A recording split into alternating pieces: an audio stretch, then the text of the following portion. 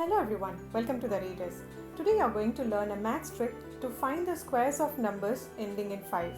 To find the square of 25, first we need to multiply the numbers in the ones place. So 5 5s are 25. Then at the tens place we have 2.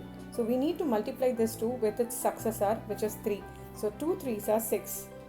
Hence the square of 25 is 625. Let's see another example. Let's find out the square of 45.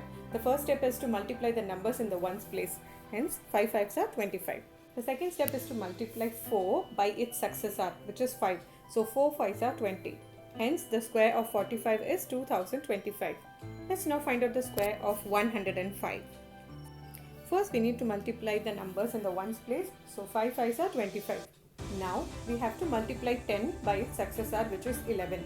So 10 11s are 110.